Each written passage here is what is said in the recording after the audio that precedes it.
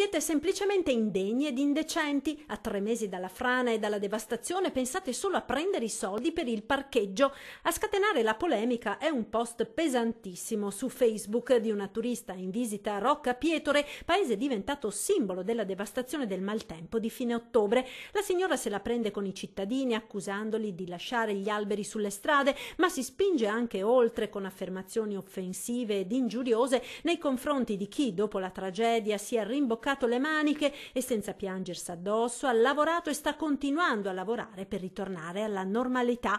Un post che non è passato inosservato. A commentare esterrefatto il presidente della regione Luca Zaia. Ma guardi, ha dell'imbarazzante, nel senso che vedere aggredire in questa maniera i cittadini che hanno subito la devastazione di quello che è stato un vero e proprio uragano, e con boschi che non ci sono più, case piene di fango fino al primo piano e tutto quello che sappiamo. Peraltro vorrei ricordare anche 3 morti, che non è una condizione proprio da dimenticare. Ecco, davanti a tutto questo fare un post, io spero che ne diate lettura e lo rendiate pubblico, contro i cittadini di Rocca Pietro, mi sembra proprio un eccesso e anche una mancanza di rispetto.